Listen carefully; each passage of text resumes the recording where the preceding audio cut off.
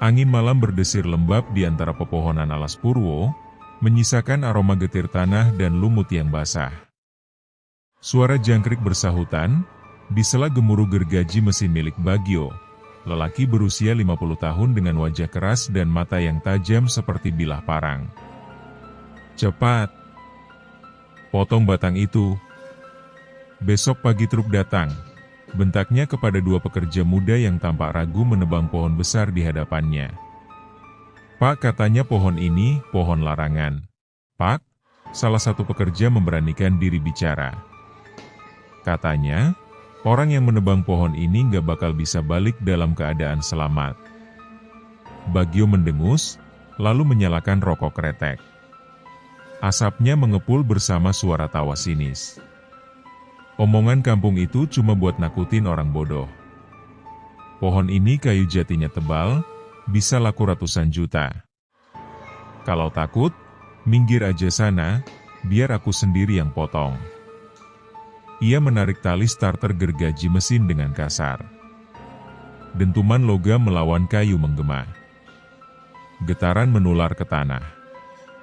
Seolah seluruh hutan bergetar bersama suara mesin itu. Tiba-tiba, angin berhenti. Semua suara lenyap. Hening. Burung-burung di pucuk pohon kabur serentak, dan dari balik kabut, terdengar desahan berat, seperti napas makhluk besar yang baru saja terbangun dari tidur panjangnya. Pekerja-pekerja Bagio lari tunggang langgang, meninggalkan bos mereka seorang diri di tengah rimba. Namun Bagio tidak berhenti. Ia terus menggergaji sampai suara kayu retak menggema. Ketika batang itu akhirnya tumbang, tanah bergetar hebat. Pohon itu roboh, menimpa rerumputan dan semak. Dari bekas akarnya, muncul kabut tebal berwarna hitam pekat, berputar seperti pusaran asap. Dan dari dalam kabut itu, sepasang mata merah membara perlahan muncul, menatap Bagio tajam. Suara berat dan dalam berbicara tanpa bibir, menggema di dalam kepalanya. "Berani kau usik tidurku, manusia serakah?" Bagio terdiam. Gergaji di tangannya mati. Tubuhnya kaku, tapi ia tak mundur. "Siapapun kau, aku nggak takut," katanya menantang, suaranya bergetar menahan gentar. "Kalau kau marah karena pohonmu ku tebang, ku bayar. Tapi jangan ganggu urusanku. Kau tak bisa membeli dosa dengan uang, Bagio. Tapi, kau bisa membeli kekayaan dengan jiwa." Bagio terdiam. Kata-kata itu menusuk pikirannya. Sosok hitam setinggi pohon muncul dari kabut, bertubuh besar, bersisik gelap, dengan tangan panjang yang ujungnya seperti akar membusuk. Wajahnya samar, seperti topeng hitam yang bergetar. "Ambil tawaranku, kau akan jadi orang terkaya di Banyuwangi. Tapi satu hal, tumbalmu harus dari rumahmu sendiri." Suara itu berdesis, lalu kabut perlahan lenyap, meninggalkan bau anyir yang pekat seperti darah basi. Bagio tertegun. Di tangannya, getah pohon yang menetes dari batang besar itu kini berubah menjadi cairan hitam pekat. Ia menatapnya dalam-dalam. Dan tanpa sadar, ia tersenyum. Latar berpindah ke rumah Bagio di pinggiran Banyuwangi. Istrinya, Sulastri, sedang menidurkan anak mereka yang masih kecil, Reno. Rumah mereka sederhana tapi hangat. Sulastri menatap foto pernikahan mereka di dinding, foto lama saat Bagio masih bekerja jujur sebagai penebang kayu kecil-kecilan. Namun malam itu, ketika Bagio pulang, wajahnya tampak lain. Matanya kosong, senyumnya kaku. "Bu, mulai besok, hidup kita bakal berubah," ucapnya pelan. Sulastri menatapnya, bingung. "Berubah bagaimana, Pak?" Bagio hanya menatap ke arah anak mereka yang sedang tidur. Dan di matanya, tampak bayangan merah samar, seperti pantulan api dari tempat yang sangat gelap. Di hutan yang baru saja ditebangnya, suara tawa dalam kabut masih terdengar lirih. Mulailah hitungan mundur, Bagio. Harta akan datang bersama kutukan. 3 hari setelah penebangan pohon larangan di Alas Purwo, hidup Bagio berubah drastis. Truk-truk kayu miliknya selalu kembali dengan muatan penuh, pembeli berdatangan tanpa henti, dan uang menumpuk di meja ruang tamu seperti daun kering yang tertiup angin. Rumahnya yang dulu sederhana, kini berubah mencolok, dinding dicat ulang, perabot baru datang setiap minggu, dan Bagio mulai jarang berbicara dengan istrinya, Sulastri. Namun kekayaan itu membawa sesuatu yang lain. Sebuah bau busuk yang tak pernah hilang, seolah menempel di dinding dan tubuh Bagio sendiri. "Pak, kok rumah ini kayak bau bangkai ya?" tanya Sulastri suatu sore sambil menutupi hidung dengan kain.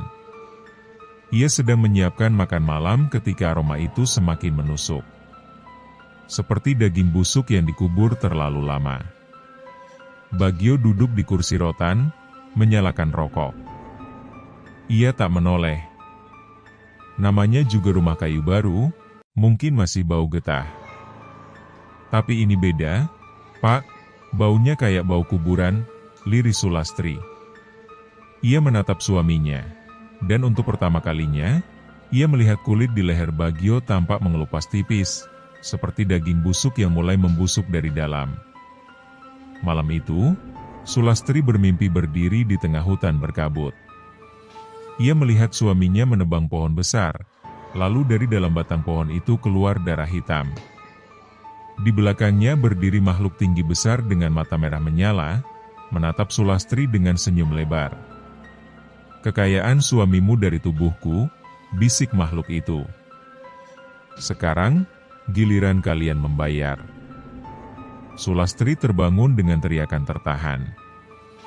Napasnya memburu, keringat dingin membasahi tubuhnya. Dan dari luar jendela kamar, terdengar suara ranting patah, seperti ada yang berjalan di halaman rumah mereka. Keesokan harinya, Bagio berdiri di depan cermin. Ia menyadari sesuatu yang mengerikan. Kulit di lengan kirinya tampak berlubang kecil, mengeluarkan cairan hitam pekat seperti darah busuk. Ia mencoba menutupinya dengan kain perban, namun bau busuknya semakin kuat. Anehnya, setiap kali ia membuka lemari uang di kamar, rasa sakitnya menghilang sesaat, seperti tubuhnya mendapat kekuatan dari tumpukan uang yang berkilau itu. Sulastri melihat perubahan itu dengan mata berkaca. "Pak, tolong, berhenti kerja di hutan itu," katanya. "Aku takut. Semua ini nggak wajar." Bagio menatapnya dingin. "Kalau kamu nggak mau hidup susah lagi, jangan banyak tanya," jawabnya tajam. "Aku kerja buat kamu dan anak kita." Sulastri hanya diam. Air matanya menetes. Anak mereka, Reno, yang berumur 8 tahun, memeluk ibunya erat, ketakutan melihat ayahnya berubah menjadi sosok asing yang kasar dan menyeramkan. Malam mulai turun. Hujan deras mengguyur halaman. Tiba-tiba listrik padam. Sulastri menyalakan lilin di ruang tamu. Reno bersembunyi di belakangnya. Dari arah gudang belakang, terdengar suara langkah kaki berat, pelan tapi pasti. Lantai kayu berderit setiap kali langkah itu mendekat. Sulastri menggenggam tangan anaknya erat-erat. "Pak, itu kamu?" "Ya," panggilnya. Tapi tak ada jawaban. Suara itu berhenti di balik pintu dapur. Hening sejenak. Lalu, terdengar suara seperti tetesan cairan kental jatuh ke lantai. Sulastri memberanikan diri mendekat. Ia membuka pintu perlahan, dan melihat jejak kaki hitam berlendir mengarah ke kamar suaminya. Bau busuk itu kini begitu menyengat, membuatnya hampir muntah. Ketika ia mendorong pintu kamar Bagio, lampu lilin tiba-tiba padam tertiup angin entah dari mana. Dan di tengah kegelapan, Terdengar suara berat berbisik tepat di telinganya. Tumbal belum dipilih, waktunya hampir habis. Sulastri menjerit. Reno menangis ketakutan. Namun Bagio hanya berdiri di pojok kamar, matanya merah menyala dalam kegelapan, tubuhnya menggigil seperti menahan sesuatu yang ingin keluar dari dalam dirinya. Malam itu, bau busuk di rumah Bagio menjadi begitu kuat hingga tetangga di seberang jalan menutup pintu rapat-rapat. Di dalam rumah, Sulastri memeluk anaknya erat, sementara di luar jendela tampak bayangan hitam besar berdiri di antara hujan, menatap mereka tanpa bergerak. Dan di dinding kamar Bagio, muncul lendir hitam membentuk tulisan samar. Tumbal dari darahmu sendiri. Angin dini hari bertiup pelan.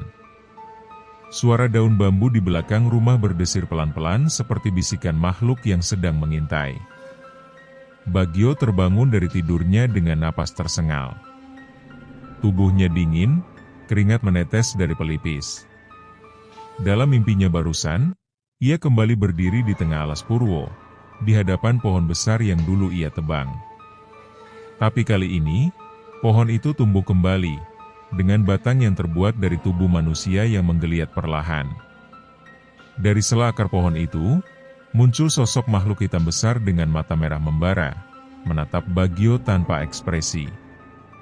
Waktumu hampir tiba, Bagio, suaranya berat, menggema di udara. Kekayaan sudah kuberikan. Sekarang giliranmu menepati janji. Bagio berusaha bicara, tapi lidahnya keluh. Aku tak menjanjikan apapun, katanya lirih. Makhluk itu mendesis, suaranya membuat udara bergetar.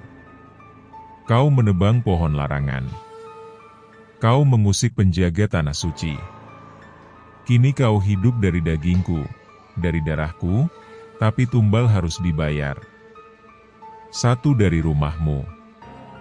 Tiba-tiba, akar-akar pohon di belakang makhluk itu bergerak, membentuk wajah Sulastri dan Reno yang berteriak meminta tolong. Bagio menjerit, tapi tak bisa bergerak. Makhluk itu mendekat, menempelkan jarinya ke dada Bagio. Pilihlah, atau aku yang memilih untukmu. Bagio terbangun dengan teriakan keras. Tubuhnya gemetar, napasnya terengah. Dan di dada kirinya, muncul bekas luka hitam membentuk tanda seperti akar pohon. Beberapa hari berlalu, dan keadaan rumah semakin aneh. Setiap malam terdengar langkah kaki di atap, dan dari sumur belakang sering muncul suara tangisan perempuan. Sulastri tak lagi bisa tidur nyenyak. Ia melihat suaminya makin jarang makan, sering bicara sendiri di kamar, dan terkadang tertawa tanpa alasan. Tangan kirinya membusuk parah, tapi Bagio menutupinya dengan kain, seolah menyembunyikan sesuatu dari dunia. Suatu malam, ketika Bagio pergi ke gudang, Sulastri diam-diam mengintip.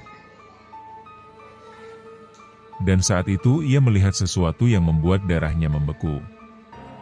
Di tengah gudang, Bagio berlutut di depan patung hitam kecil berbentuk manusia tanpa wajah, dengan seikat rambut di tangan kirinya dan segumpal daging mentah di tangan kanan. Ia membisikkan doa aneh dengan bahasa yang tak dimengerti. Sulastri menutup mulutnya agar tak berteriak. Air matanya mengalir deras. Ia sadar, suaminya telah membuat perjanjian dengan iblis. Keesokan harinya, saat Bagio pergi ke hutan, Sulastri membawa Reno dan berjalan kaki menuju rumah seorang kiai tua bernama Kiai Mufid, yang tinggal di pinggir desa. Kiai Mufid dikenal sebagai orang yang paham tentang hal-hal gaib di wilayah Banyuwangi. Assalamualaikum, Yai, tolong saya, suara Sulastri bergetar. Suami saya berubah. Rumah saya bau busuk, dan saya merasa ada sesuatu yang mengikuti kami setiap malam. Kiai Mufid menatapnya lama, kemudian menarik napas panjang. Bagio, suamimu, apakah dia pernah menebang pohon di alas Purwo? Sulastri membeku. Iya, Yai. Dari situlah semuanya mulai. Kiai Mufid menghela napas berat. Alas Purwo bukan hutan biasa, Nak. Di sana ada tempat yang dijaga makhluk tua, penunggu tanah leluhur. Pohon yang ditebang suamimu itu kemungkinan pohon jati arwah, tempat bersemayam penunggu tua. Kalau dia menerima sesuatu dari sana, maka tumbalnya harus dibayar dengan darah keluarga sendiri. Sulastri menangis terseduh. Yai, tolong saya, tolong anak saya nggak mau kehilangan mereka. Kiai Mufid memejamkan mata sejenak. Nak, malam nanti, jangan tidur. Siapkan air dari sumur 7 kampung. Karena malam ini, penagih tumbal akan datang. Malam turun dengan cepat. Petir menyambar di kejauhan. Sulastri duduk di kamar dengan Reno, sementara Bagio kembali dari hutan dengan tubuh penuh lumpur dan mata merah menyala. Kemana kamu siang tadi? Tanya Bagio datar. Ke pasar, jawab Sulastri cepat, menutupi ketakutannya. Bagio menatapnya lama, kemudian tertawa kecil. Bagus. Karena malam ini, kita nggak boleh keluar rumah. Tamu akan datang. Sulastri gemetar. Ia tahu apa arti tamu itu. Ia menggenggam botol air yang diberi Kiai Mufid siang tadi, berdoa lirih dalam hati. Ketika malam mencapai puncak, jendela rumah mereka tiba-tiba bergetar hebat. Suara ketukan berat terdengar berulang kali. Dari luar, tampak bayangan besar berbentuk manusia bertanduk, dengan tangan panjang seperti akar pohon. Matanya menyala merah, menatap ke arah kamar Reno. Bagio berdiri di ruang tamu, membuka pintu perlahan. Sulastri menjerit, "Jangan, Pak! Jangan buka pintunya." Tapi sudah terlambat. Begitu pintu terbuka, angin hitam masuk rumah, meniup lilin, dan seketika semua lampu padam. Dari kegelapan terdengar suara berat itu lagi.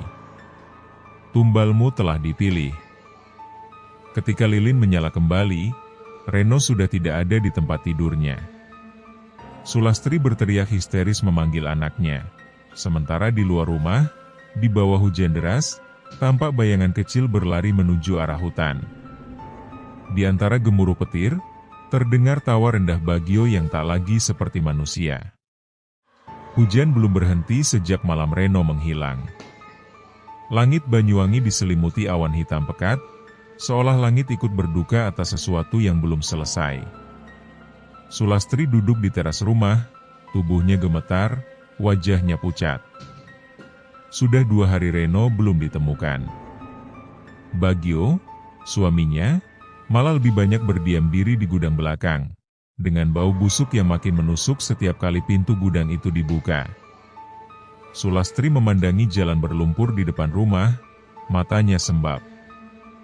Ia tahu, anaknya dibawa ke tempat di mana semuanya bermula, Alas Purwo.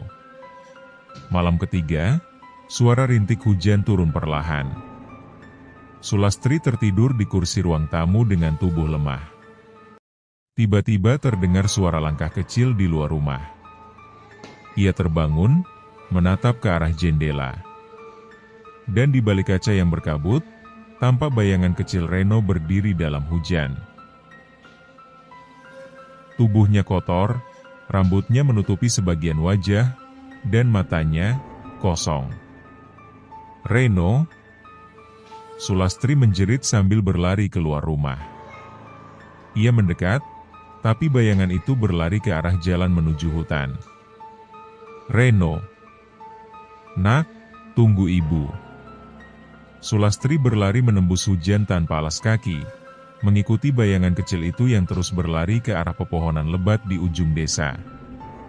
Namun semakin ia mendekat, semakin jauh jaraknya. Dan tiba-tiba, bayangan itu berhenti di depan gerbang batu tua bertuliskan huruf Jawa kuno, pintu masuk Alas Purwo. Angin berhembus keras, membawa aroma anyir dan tanah basah. Reno menatap ibunya sekali lagi, lalu menghilang di telan kabut. Keesokan paginya, tubuh Sulastri demam tinggi. Ia ditemukan oleh warga di tepi hutan, pingsan dengan kaki penuh luka gores. Kiai Mufid datang menengok ke rumah. "Nak, aku sudah bilang, jangan masuk alas purwo tanpa izin," katanya dengan nada berat. "Hutan itu bukan tempat manusia biasa." Sulastri menahan tangis. "Yai, aku nggak bisa diam. Aku lihat Reno, dia ada di sana, dia manggil aku." Kiai Mufid terdiam sejenak, lalu membuka tas kecil berisi kitab tua dan segenggam garam hitam. "Kalau begitu, kita akan ke sana malam nanti.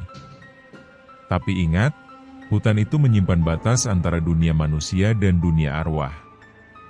Kalau kau takut, kau akan hilang selamanya." Sulastri mengangguk pelan, matanya menyala dengan tekad. "Demi anak saya, Yai, saya nggak akan mundur." Sore itu, sebelum berangkat, Sulastri membuka pintu gudang belakang yang selama ini dikunci Bagio rapat-rapat. Bau busuk langsung menyeruak seperti daging membusuk yang disiram darah. Ia menutup hidung, menahan mual. Di dalam gudang, ia menemukan patung hitam tanpa wajah yang dulu dilihatnya, kini dikelilingi oleh sesajen, darah ayam hitam, bunga Kamboja, dan potongan kain putih kecil dengan nama Reno tertulis di atasnya. Air mata Sulastri mengalir deras. Ia menjerit dan menendang sesajen itu, membuat darah hitam tumpah ke lantai. Namun tiba-tiba, dari sudut ruangan, terdengar suara berat berbisik. "Jangan ganggu perjanjian yang belum selesai." Dari kegelapan muncul Bagio, matanya merah, separuh wajahnya membusuk seperti daging terpanggang. "Sulastri, kamu gak seharusnya lihat ini." "Jadi benar, Pak," tangis Sulastri pecah. "Kau korbankan anak kita buat kekayaanmu?" Bagio melangkah mendekat dengan tubuh kaku. "Kau nggak ngerti, Lastri. Aku cuma ingin hidup senang. Aku capek miskin. Tapi, aku nggak pernah bermaksud kehilangan Reno." "Sudah terlambat," bisik Sulastri lirih. "Kau udah jual jiwamu." Sulastri berlari keluar dari gudang, meninggalkan Bagio yang berdiri di tengah darah, menatap patung hitam itu yang kini tersenyum samar. Malam pun tiba. Dengan ditemani Kiai Mufid, Sulastri membawa botol air doa, sebatang dupa, dan seutas kain putih. Mereka berjalan menembus kegelapan menuju gerbang batu alas purwo. Setiap langkah masuk ke hutan itu seperti menuruni dunia lain. Suara jangkrik berubah menjadi bisikan. Aroma tanah basah bercampur bau daging mentah. Pohon-pohon menunduk, rantingnya seperti tangan yang ingin menjamah. Di tengah perjalanan, Kiai Mufid menancapkan tongkatnya ke tanah dan berzikir lirih. "Jangan lepaskan tangan saya, Nak. Kalau kau mendengar suara Reno, jangan menoleh. Itu bukan anakmu." Namun belum sempat mereka melangkah jauh, terdengar suara kecil dari dalam kabut. "Bu, tolong aku." Sulastri menoleh spontan, dan melihat Reno berdiri di balik kabut, wajahnya pucat, matanya kosong. "Reno," ia menjerit, melepaskan genggaman Kiai Mufid, lalu berlari ke arah anaknya. Kiai Mufid berteriak keras, "Jangan, Nak. Itu bukan anakmu." Tapi suara itu sudah tenggelam oleh desir angin kencang. Sulastri menghilang ke dalam kabut putih yang menutup jalan. Kiai Mufid hanya bisa menancapkan tongkatnya kuat-kuat dan berdoa.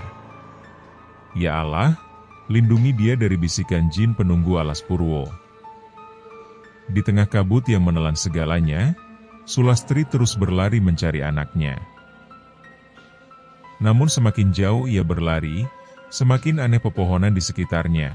Batangnya berdenyut seperti urat hidup, dan dari akar tanah muncul tangan-tangan hitam yang mencoba meraih kakinya. Di kejauhan terdengar suara tawa anak kecil, dan di belakangnya, langkah berat Bagio mulai menyusul, membawa aroma busuk yang menandai datangnya kutukan. Kabut alas purwo begitu tebal malam itu, bagaikan tirai antara dunia hidup dan dunia mati. Sulastri berlari menembus hutan tanpa arah, matanya mencari bayangan kecil anaknya yang terus memanggil dari kejauhan. "Reno, nak, di mana kamu?" teriaknya di antara desir angin yang berbisik nama-nama arwah. Semakin jauh ia masuk, semakin sunyi hutan itu. Tak ada lagi suara jangkrik, tak ada daun bergoyang, seolah waktu berhenti di tempat itu. Sulastri berhenti di depan sebuah pohon besar berwarna hitam legam. Batangnya retak-retak, dan dari sela kulit pohon menetes darah segar, mengalir perlahan ke tanah. Ketika ia menatap lebih dekat, darah itu ternyata keluar dari mata-mata kecil yang tumbuh di seluruh batang pohon, mata yang hidup, berkedip, dan menatapnya satu persatu. Dari balik akar pohon, muncul suara lembut menyerupai suara anak kecil. "Bu, aku di sini." Sulastri gemetar. Ia mendekat perlahan, lalu melihat tangan kecil Reno menjulur dari sela akar pohon. Tangannya dingin, pucat, dan kaku seperti tangan mayat. "Reno," jeritnya sambil berusaha menarik tangan itu. Namun semakin ia tarik, semakin dalam tangan itu terseret ke dalam akar pohon, seolah pohon itu menelannya. "Lepaskan anakku!" Sulastri berteriak, menangis sejadi-jadinya. Darah dari pohon menetes ke wajahnya, terasa panas seperti bara. Tiba-tiba, tanah di bawahnya bergetar, akar-akar pohon bergerak seperti ular, melilit kaki Sulastri dan menyeretnya mendekat ke batang pohon. Di sela gemuruh tanah, terdengar suara berat yang familiar. "Kau sudah terlambat, Sulastri, tumbal sudah dipilih." Bagio muncul dari balik kabut, tubuhnya kini nyaris tak berbentuk manusia. Separuh wajahnya membusuk, matanya merah, dan darah hitam menetes dari mulutnya. "Lastri, aku sudah bilang jangan ikut campur," katanya dengan suara serak, seolah berasal dari dua dunia. Sulastri menatapnya dengan ketakutan dan amarah. "Kau bunuh anak kita sendiri, Bagio. Demi uang yang penuh dosa." Bagio menunduk, tangannya gemetar. "Aku nggak bunuh dia, aku cuma menukar. Supaya kita nggak miskin lagi. Makhluk itu janji, kalau aku kasih satu darah keluargaku, dia kasih aku hidup senang selamanya. Tapi lihat dirimu sekarang," teriak Sulastri. "Kau bukan manusia lagi." Bagio terdiam. Ia melangkah ke arah pohon besar itu. Dari tanah di bawah pohon, muncul gundukan hitam yang perlahan membuka, dan dari dalamnya keluar bayi berkulit abu-abu, dengan mata putih polos tanpa bola mata. Makhluk itu menangis lirih, tapi tangisnya terdengar seperti suara logam digesek. Bagio memeluk makhluk itu dengan tatapan penuh campuran bangga dan ketakutan. Inilah penggantinya, Lastri, bayi dari tanah hitam. Ia membawa kekayaan tanpa akhir. Sulastri berteriak histeris. "Bukan. Itu bukan anakku. Tapi ia darahmu, Lastri," suara berat makhluk penjaga hutan bergema dari pohon. "Reno telah menyatu dengan tanah. Dan dari rahim bumi lahirlah pengganti yang akan menuntun kekayaan hingga 7 turunan." Akar-akar pohon merambat ke tubuh bayi itu, menempel di kulitnya, memberi makan. Bagio tertawa, tapi darah hitam mengalir dari matanya. Di luar hutan, Kiai Mufid terus berzikir dengan tongkatnya yang menyala hijau redup. Namun tiba-tiba, kabut menebal dan angin panas berhembus dari arah hutan. Ia membuka mata dan melihat bayangan Sulastri di tengah pepohonan. "Nak Sulastri." Lawan bisikannya. Jangan dengarkan suara hutan itu. Suara Kiai Mufid menggema di dalam kepala Sulastri. Dengan sisa tenaga, ia meraih botol air doa yang dibawanya, lalu menyiramkan seluruh isinya ke pohon hitam itu. Air itu mendesi seperti asam mengenai daging. Pohon menjerit, suara ribuan arwah keluar dari batangnya, dan darah yang menetes berubah menjadi asap hitam. Bayi tanah hitam itu menjerit keras, tubuhnya meleleh perlahan, sementara Bagio berusaha menahannya dengan tangan yang ikut terbakar. Tidak. Ini semua untuk kita, jerit Bagio. Namun tubuhnya mulai hancur, kulitnya rontok, dan dari dalam dadanya muncul tangan-tangan hitam yang menarik jiwanya ke dalam pohon. Sulastri hanya bisa menangis dan berdoa di tengah teriakan itu, sementara tanah bergetar, dan pohon besar itu runtuh dengan suara menggelegar, terbakar dari dalam oleh cahaya hijau yang keluar dari doa Kiai Mufid.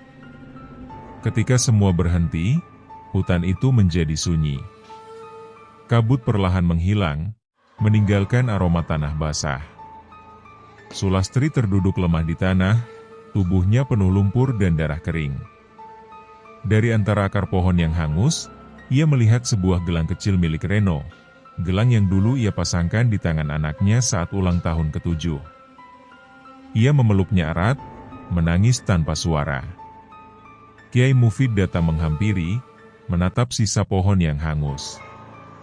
Makhluk itu sudah kembali ke tempatnya.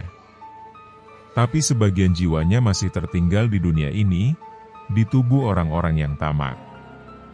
Sulastri menatap langit yang mulai terang. Jadi semuanya sia-sia, Yai? Kiai Mufid menggeleng pelan. Tidak, Nak. Kau sudah menyelamatkan jiwa anakmu dari rantai iblis. Tapi perjanjian pesugihan tak berhenti di satu generasi. Suatu saat, tumbalnya bisa menagih darah yang tersisa dari garis keturunanmu. Matahari mulai terbit di atas alas Purwo. Di tengah kabut yang tersisa, tampak bayangan kecil Reno berdiri menatap ibunya dari kejauhan, tersenyum tenang, sebelum perlahan menghilang bersama sinar pagi. Sulastri menunduk, memeluk gelang kecil itu erat di dada. Di belakangnya, di tanah yang baru saja hangus, sebutir biji kecil berwarna hitam mulai tumbuh diam-diam. Muncul satu tunas baru dari pohon arwah yang belum benar-benar mati. Malam itu, rumah Bagio diselimuti hawa dingin yang tak wajar. Sulastri tak bisa tidur. Suara detak jam di ruang tamu terdengar semakin keras, seperti irama detak jantung yang dikejar rasa takut. Sementara itu, dari kamar sebelah, terdengar erangan Bagio, pelan tapi menyakitkan. Ia menahan sesuatu. Tubuhnya kini setengah membusuk. Dari luka di perutnya, keluar darah hitam pekat yang menetes ke lantai, meninggalkan bekas bau amis bercampur busuk. Sulastri mendekati kamar dengan tangan gemetar. Begitu ia membuka pintu, lampu kamar berkelap-kelip. Di dinding, cermin besar pemberian dukun di alas Purwo itu tiba-tiba memantulkan sesuatu yang ganjil. Bukan wajah Bagio. Bukan wajah manusia sama sekali. Dalam pantulan cermin, tampak sosok tinggi besar berselimut kabut hitam berdiri di belakang suaminya, menatap Sulastri. Matanya merah menyala, dan dari mulutnya menetes darah yang masih hangat. Kau sudah kaya karena suamimu, bisik sosok itu di dalam kepalanya. Sekarang waktunya membayar, perempuan. Sulastri terjatuh ke belakang sambil menjerit. Bagio yang mendengar itu berdiri dengan tubuh gemetar. Ia menatap cermin, dan melihat bayangan itu masuk ke dalam tubuhnya sendiri. Sekejap, wajahnya berubah menjadi menyeramkan, matanya kosong, dan ia memegang pisau dapur di meja. Sulastri berlari ke arah Reno yang masih tertidur di kamarnya. Tapi langkah kaki Bagio terdengar dari belakang, berat dan menyeret, seperti orang lumpuh yang dipaksa berjalan. Las, kamu mau bawa anak itu kemana? Suaranya parau dan dalam, bukan seperti suara manusia. Sulastri menoleh. Di tangan Bagio, pisau itu meneteskan darahnya sendiri. Tapi wajahnya tersenyum aneh, seperti orang yang sedang dikendalikan sesuatu. Aku cuma mau dia tidur di kamarku, Pak. Biarin aja, toh bentar lagi kita semua tidur lebih lama. Kalimat itu diucapkan dengan nada datar, lalu Bagio tertawa pelan. Tawa yang menggema panjang, seperti gema dari dasar sumur. Sulastri membawa Reno ke ruang tamu. Ia menyalakan semua lampu, membaca doa dengan suara bergetar. Namun setiap kali ia membaca ayat kursi, lampu meredup, dan suara berbisik muncul dari arah atap. Kau tak bisa melindunginya. Tumbal harus dipenuhi.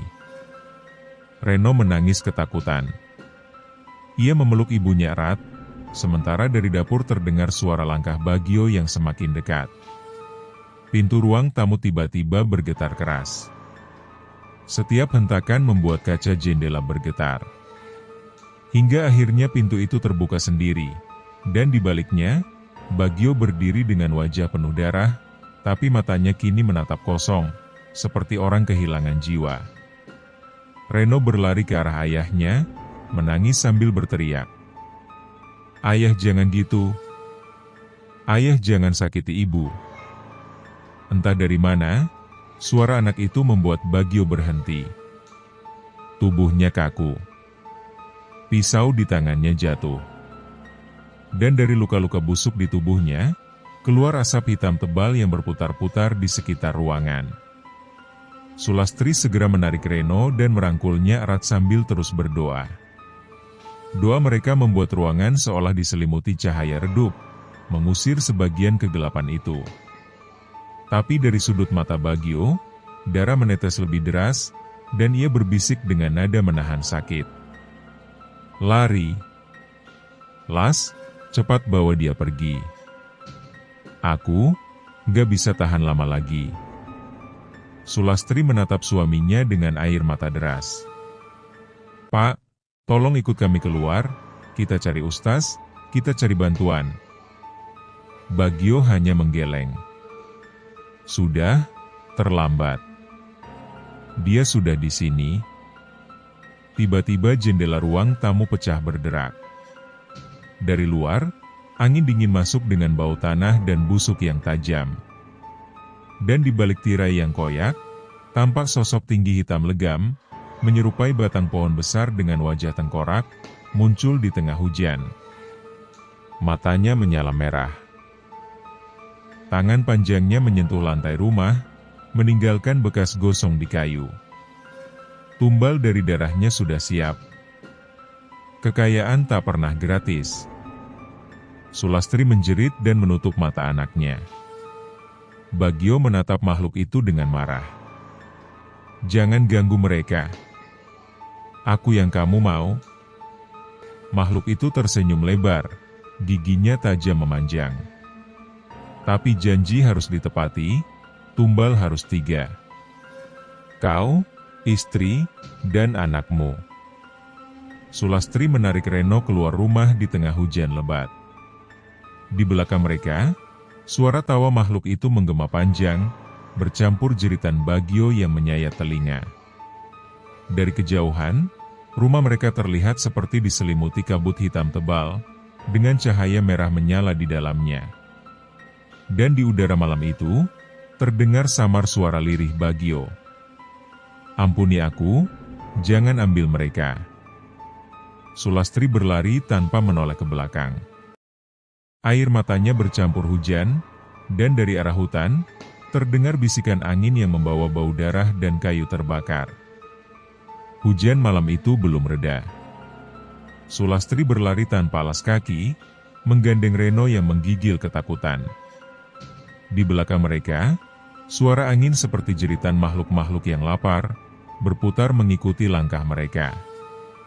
Reno sesekali menoleh, melihat kilatan merah di arah rumah mereka, seolah ada api menyala dari dalam rumah, tapi tak membakar apapun.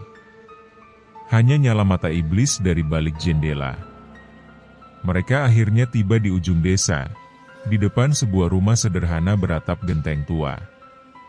Rumah itu milik Kiai Raffi, seorang alim berusia lanjut yang dikenal mampu menghadapi gangguan makhluk gaib dari alas Purwo. Sulastri mengetuk pintu dengan tangan gemetar. "Assalamualaikum. Kiai, tolong kami." Pintu terbuka perlahan. Kiai Raffi muncul, mengenakan sarung lusuh dan sorban putih yang sudah memudar warnanya. Matanya langsung tajam menatap wajah Sulastri dan Reno yang basah kuyup. "Aku sudah tahu kau akan datang, Nak Sulastri," katanya tenang. "Bau dari hutan itu sudah lebih dulu sampai kemari." Sulastri menceritakan semuanya. Tentang Bagio yang menebang pohon larangan, tentang kekayaan yang datang tiba-tiba, dan tentang sosok tinggi hitam yang menagih tumbal. Kiai Raffi mendengarkan dengan mata terpejam, bibirnya berkomat-kamit membaca doa.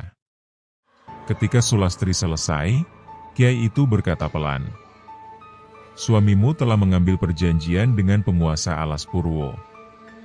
Sosok itu bukan jin biasa.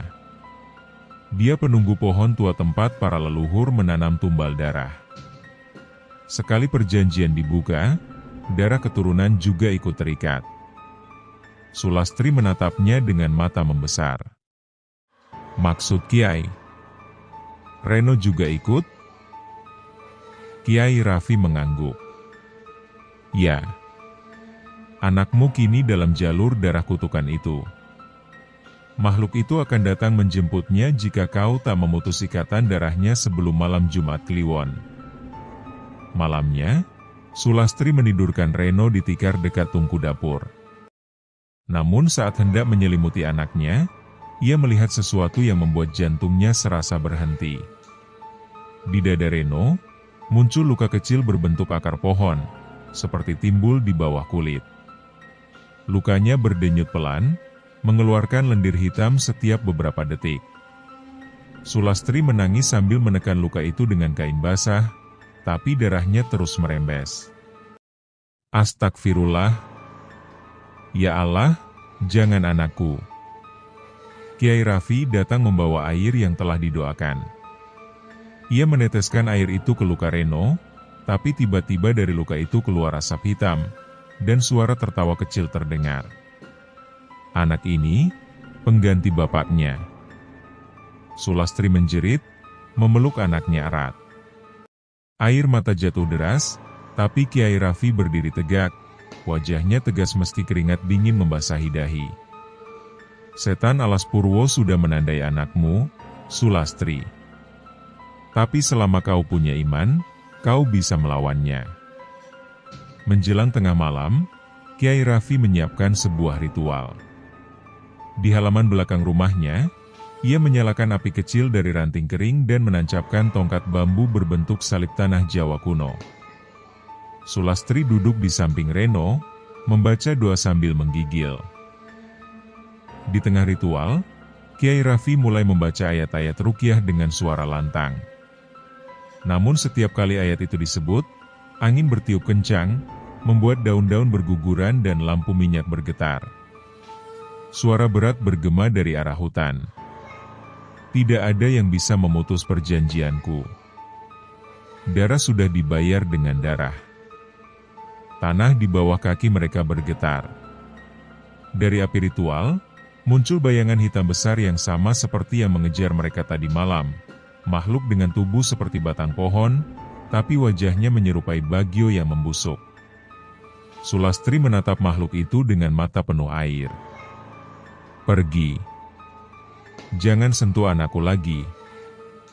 Makhluk itu menatapnya dengan wajah Bagio. "Kau istrinya? Dulu kau diam saat dia menebang pohon larangan. Kau menikmati uang hasil darah. Sekarang kau juga harus menanggungnya." Sulastri menunduk, menangis. Ya, dulu ia memang tahu suaminya menebang pohon yang dilarang warga. Ia bahkan pernah melarang, tapi saat uang datang, ia bungkam. Namun kali ini, ia berdiri. Dengan tangan gemetar, ia memeluk anaknya, lalu menatap makhluk itu dalam-dalam. Aku memang salah karena diam, tapi aku tak akan biarkan kau mengambil darah anakku. Kiai Raffi mengangkat tongkatnya, menancapkannya ke tanah sambil berteriak. Bismillah. Dengan nama Allah yang Maha Besar. Cahaya putih meledak dari tongkat itu, menembus tubuh makhluk hitam. Ia menjerit kesakitan, mengeluarkan asap tebal yang berbau darah. Namun sebelum lenyap, ia berbisik dengan suara menggema di seluruh pekarangan. Kalau darah anak itu tak jadi tumbal, maka darah ibunya yang akan jadi gantinya. Makhluk itu lenyap perlahan, meninggalkan bekas gosong di tanah berbentuk tangan besar. Reno tertidur lemas di pangkuan ibunya. Luka di dadanya perlahan mengering, tapi Sulastri tahu, ancaman itu belum berakhir. Kiai Raffi menatapnya serius. Kau berhasil menunda waktu. Tapi pada malam Jumat Kliwon berikutnya, perjanjian itu akan menagih jiwa satu di antara kalian. Sulastri menggenggam tangan Reno erat. Matanya kini tak lagi sekadar penuh ketakutan, ada api baru yang menyala di sana. Ia berbisik lirih, dengan suara bergetar tapi tegas. Kalau darah harus dibayar dengan darah, biar darahku yang menebus semua dosanya. Langit Banyuwangi sore itu kelabu. Kabut tipis menggantung di antara pepohonan bambu. Dari kejauhan, suara burung gagak terdengar parau, seolah menandai bahwa malam yang akan datang bukan malam biasa. Di rumah Kiai Raffi, Sulastri duduk di samping anaknya yang tertidur. Wajah Reno kini pucat, napasnya pendek-pendek. Meski luka di dadanya sudah mengering, sesekali darah hitam menetes dari hidungnya. Kiai Raffi berdiri di dekat jendela, wajahnya murung. Waktunya hampir tiba, Nak Sulastri, katanya pelan. Malam Jumat Kliwon tinggal 2 hari. Iblis alas Purwo akan datang menjemput salah satu dari kalian. Malam itu, Sulastri menulis sesuatu di selembar kertas lusuh. Tangannya bergetar, tapi ia menulis dengan air mata jatuh satu persatu. Untuk Reno, kalau ibu tidak ada lagi, ingat, ibu tidak pergi jauh. Ibu hanya menebus dosa ayahmu.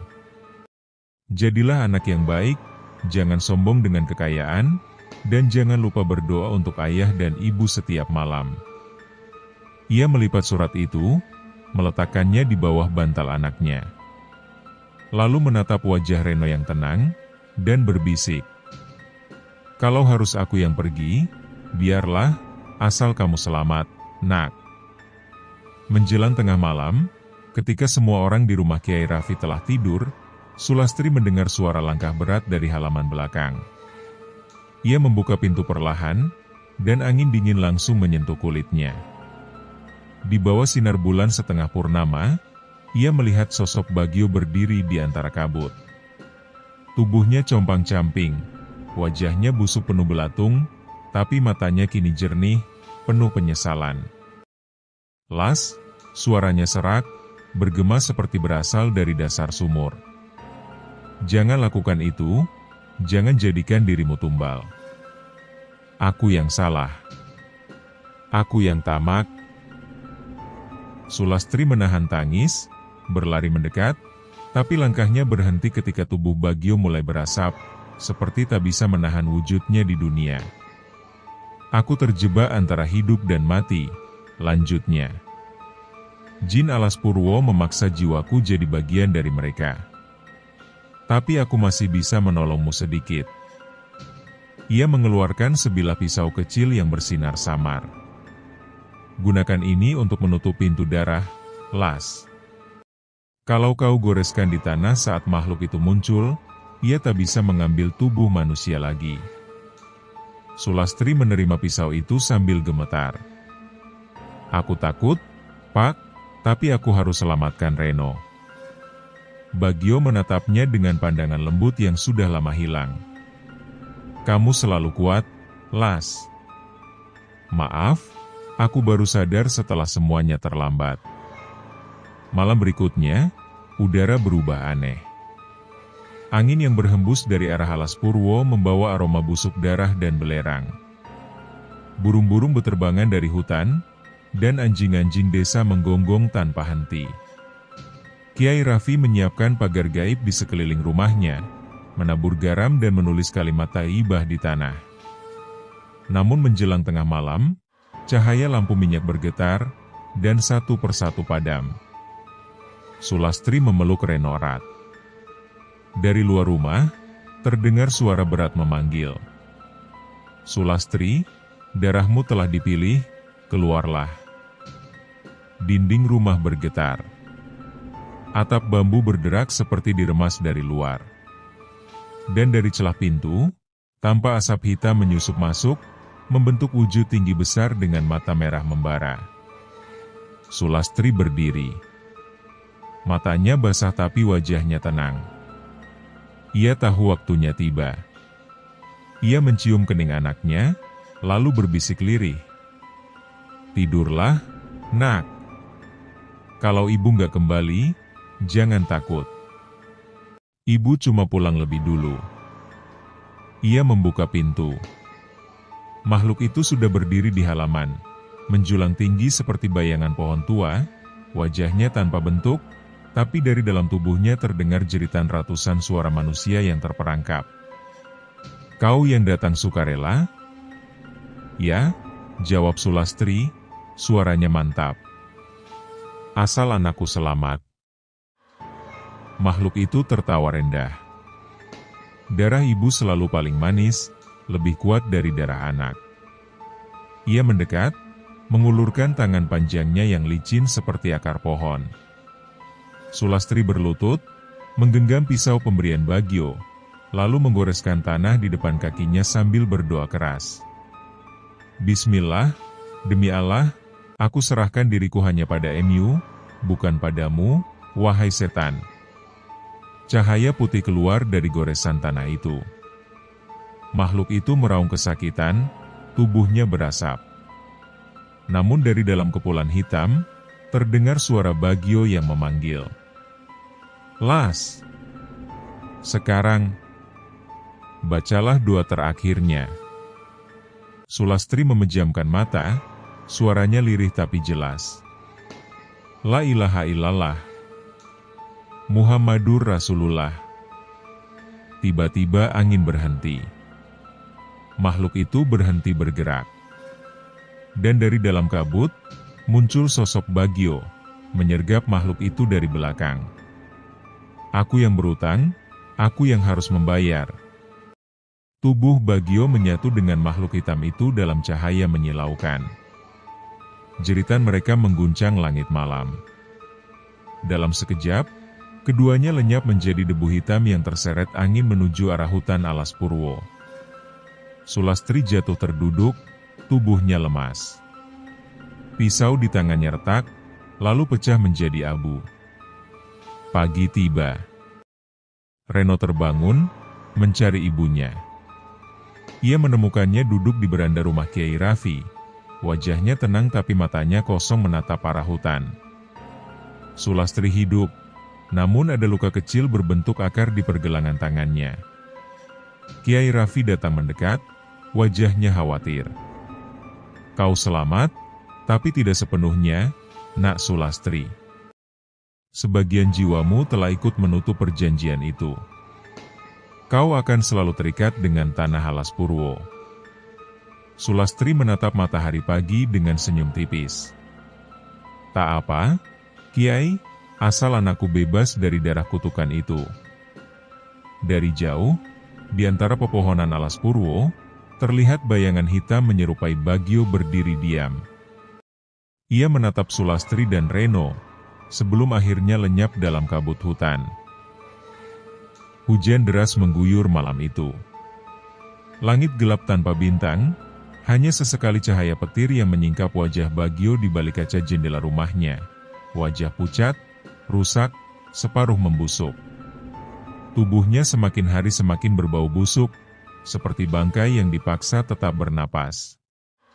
Di ruang tengah, Sulastri dan Rani berjongkok sambil membaca doa yang mereka pelajari dari kiai kampung. Lilin-lilin kecil menyala di sekeliling mereka, bergetar diterpa angin yang seolah hidup.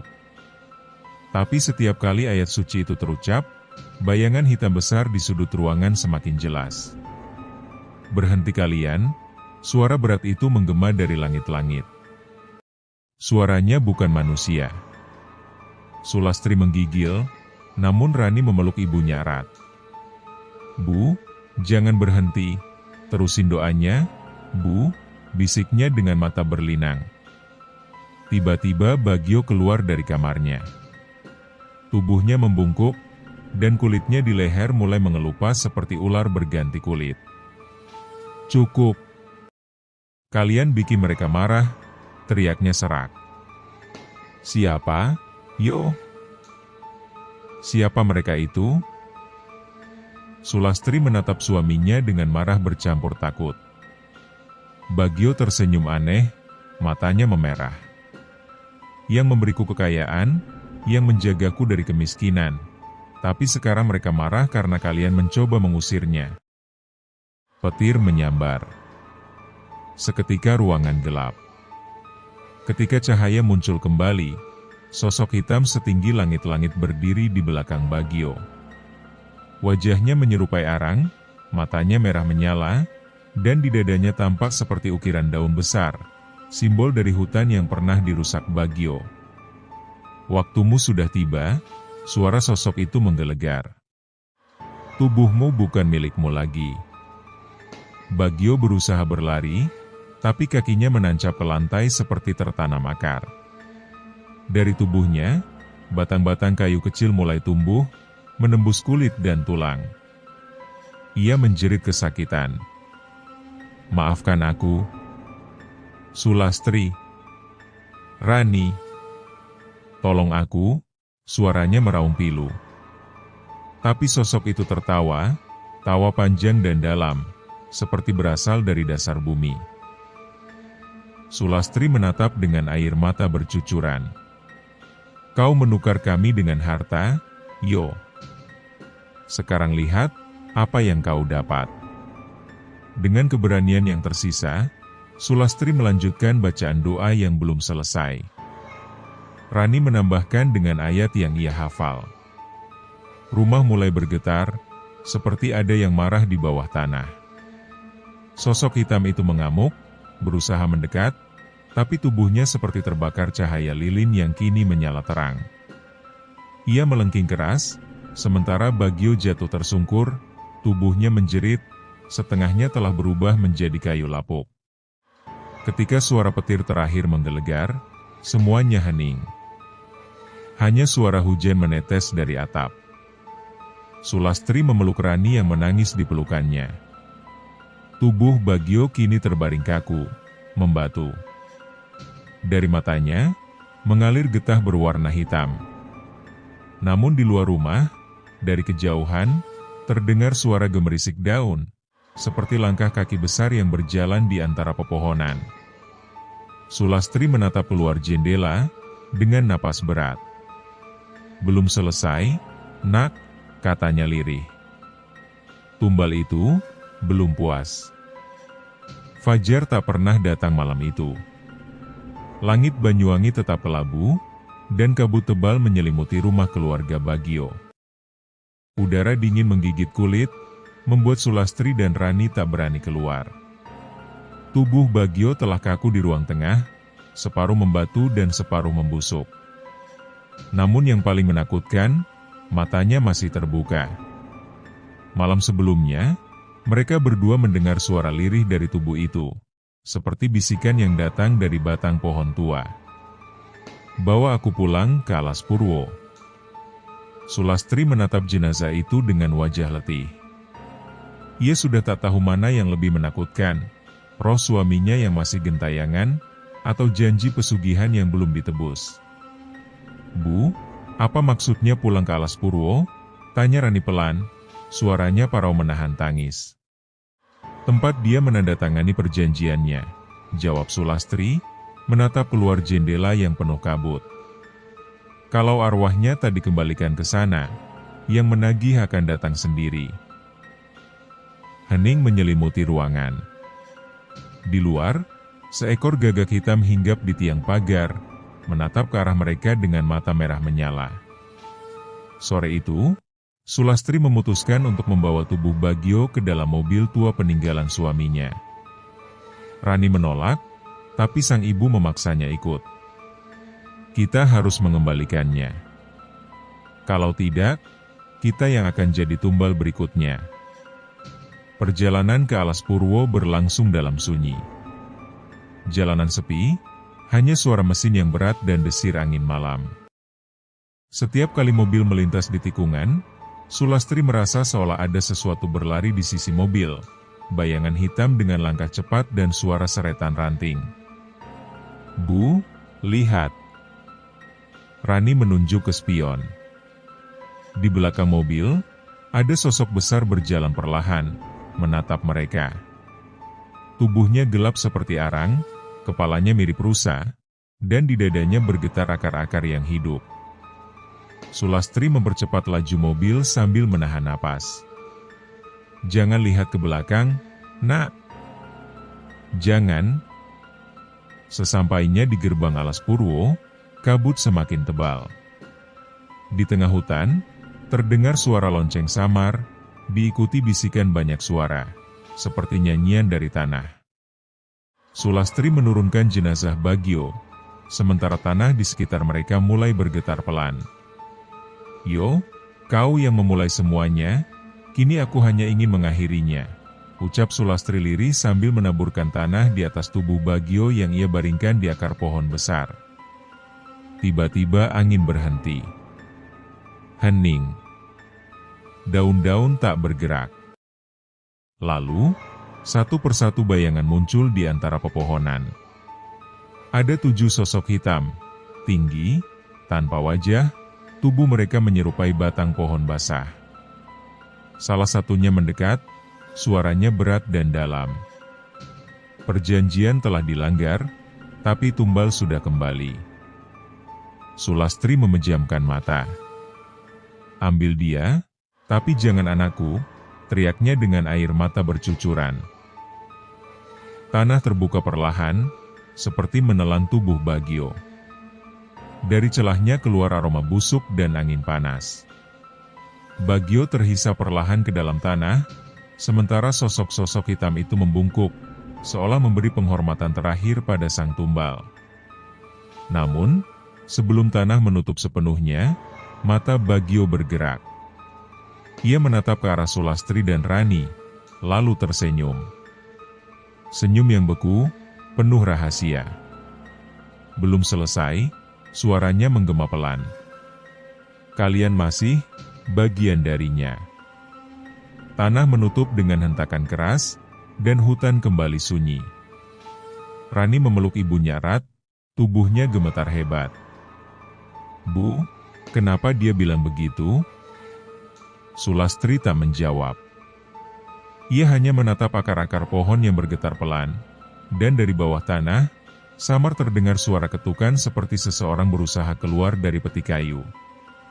Malam itu, di rumah mereka yang kini kosong, televisi menyala sendiri. Di layar, muncul bayangan Bagio duduk di kursi, dengan tubuh yang sudah utuh kembali. Terima kasih sudah membawaku pulang, katanya tersenyum. Sekarang, giliran kalian menepati janji. Sejak malam itu, rumah keluarga Bagio tak lagi sama. Orang-orang kampung yang melewati jalan depan rumahnya mengaku sering mendengar suara tangisan perempuan dan tawa anak kecil di tengah malam. Namun ketika mereka mendekat, rumah itu tampak gelap dan sepi, seolah tak ada kehidupan di dalamnya. Padahal, di dalam rumah itu, Sulastri dan Rani masih hidup. Atau setidaknya, mereka berusaha untuk tetap hidup.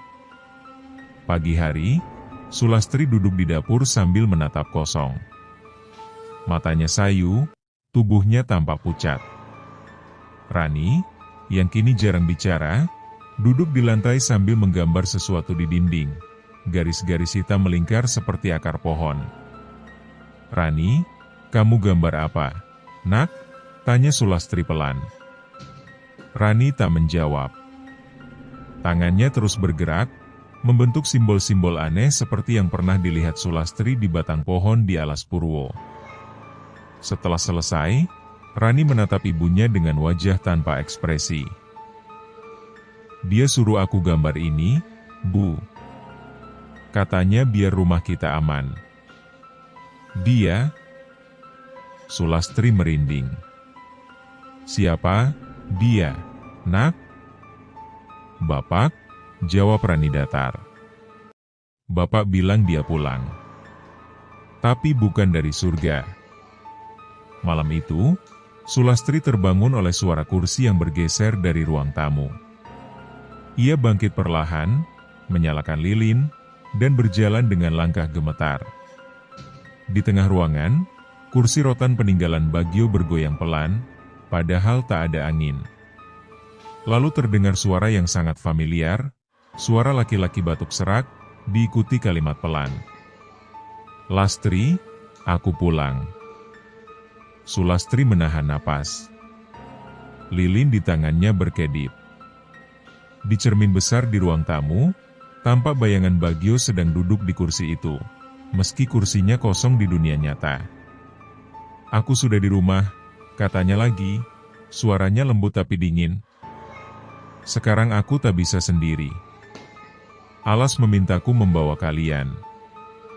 Sulastri mundur, tapi lilin padam. Seketika ruangan gelap.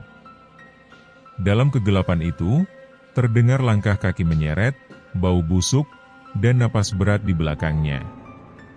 Ia berlari ke kamar Rani. Tapi begitu membuka pintu, Rani sudah duduk di tengah ruangan dengan mata hitam legam. "Bapak datang, Bu," katanya pelan. "Dia mau kita ikut." Pagi berikutnya, warga menemukan rumah itu terbuka lebar. Di dalamnya, tak ada siapapun. Hanya ada dua hal aneh, kursi rotan yang bergerak sendiri perlahan, dan gambar besar di dinding ruang tamu, gambar 3 sosok berdiri di bawah pohon besar, wajah mereka kabur, tapi di bawahnya tertulis dengan darah kering. "Kami sudah di rumah."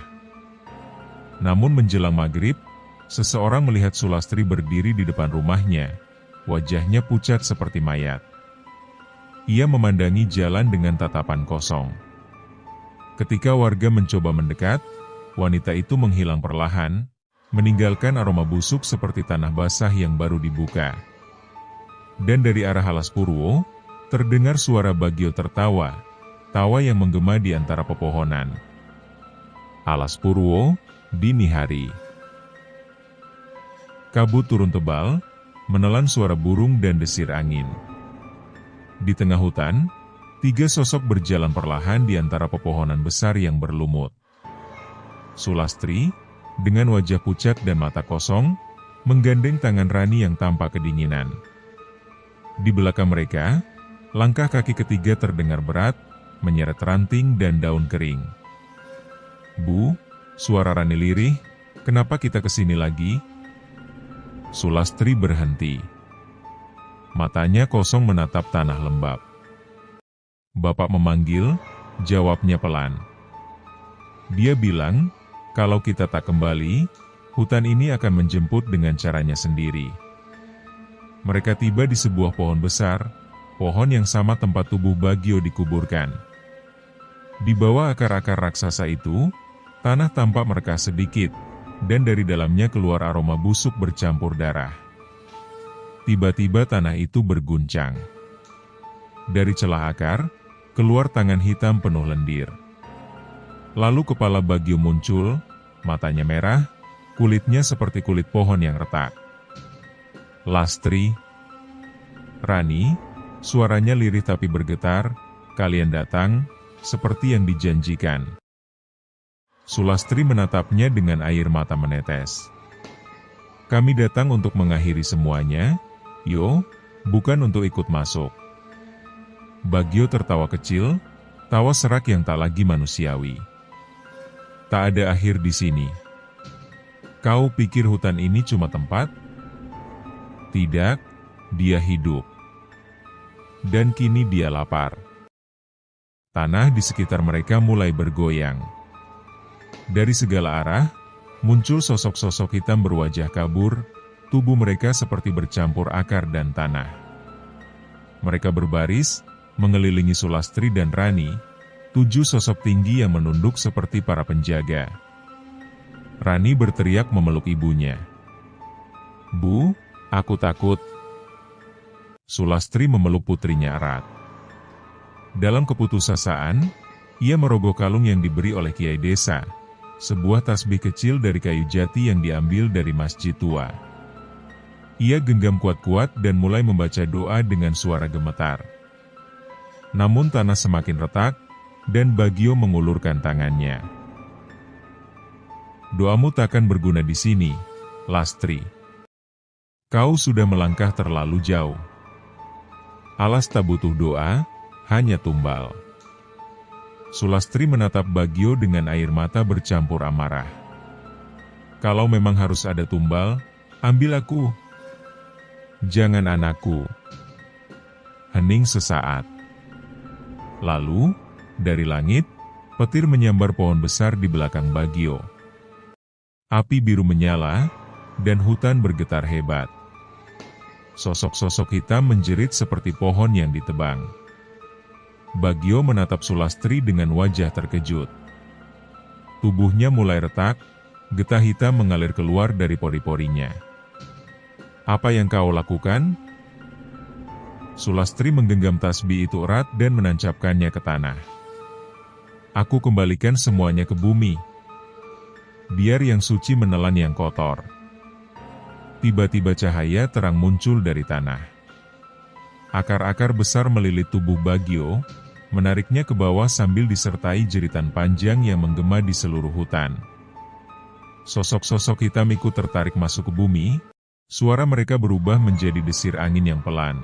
Lalu, senyap. Hutan menjadi tenang kembali. Kabut perlahan menipis.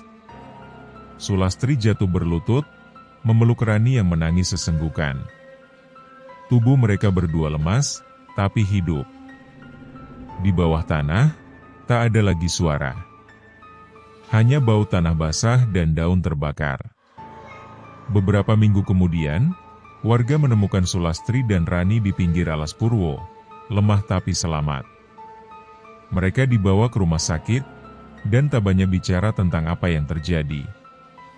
Namun setiap malam, ketika angin lewat di luar jendela, Rani masih bisa mendengar suara pelan dari arah hutan. "Terima kasih, sudah menemaniku, sampai akhir." Ia tahu, itu suara ayahnya. Tapi kini bukan Bagio manusia, melainkan roh yang menjadi bagian dari alas Purwo, penjaga baru dari hutan yang tak mengenal ampun. Dan setiap kali hujan turun di Banyuwangi, orang-orang bersumpah mendengar tawa serak dari dalam hutan. Tawa seorang laki-laki yang pernah menukar cintanya dengan kekayaan. Terima kasih sudah menonton kisah ini sampai akhir. Jika kalian menyukai video ini, silahkan like dan komen yang membangun, agar Mimin lebih semangat dalam berkarya. Serta jangan lupa subscribe dan tekan tombol loncengnya, agar kalian tidak ketinggalan video terbaru kami. Terima kasih.